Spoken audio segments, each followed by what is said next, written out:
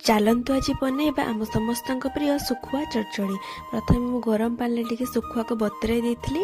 ମସଲାରେ ମୁଁ ଏଇଠି ସୋରିଷ, ରସୁଣ, ଜିରା ଆଉ କଞ୍ଚା ଲଙ୍କା ନେଇଯାଇଛି। ତାପରେ ତାକୁ ଗୋଟେ ଶିଳରେ ବାଟି ଦେବା। ବାଟି ସାରିଲା ପରେ ଦେଖନ୍ତୁ କେତେ ସୁନ୍ଦର ଚିକଣ ମା ଏଠି ବାଟି ଦେଲେ। ତାପରେ ମୁଁ ଟିକେ ଏଠି ବତୁରାଇ ରଖିଥିବା ଶୁଖୁଆକୁ ଭଲସେ ସଫା କରିନେଲି। ତା ମୁଣ୍ଡ ଆଉ କାତି ଭଲସେ ଛଡ଼େଇ ଦେଲି।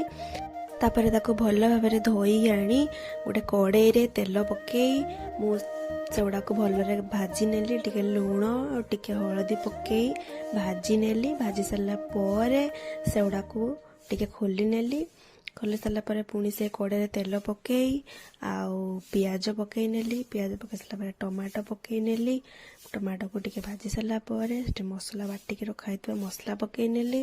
ମସଲାକୁ ଭଲସେ ଏପଟ ସେପଟ କରିକି ଶୁଖୁଆ ପକେଇ ସାରି ତାପରେ ଆମର ପ୍ରସ୍ତୁତି ହେଇଗଲା ଓଡ଼ିଆ ଘର ଷ୍ଟାଇଲ ଶୁଖୁଆ ଚଡ଼ଚଡ଼ି।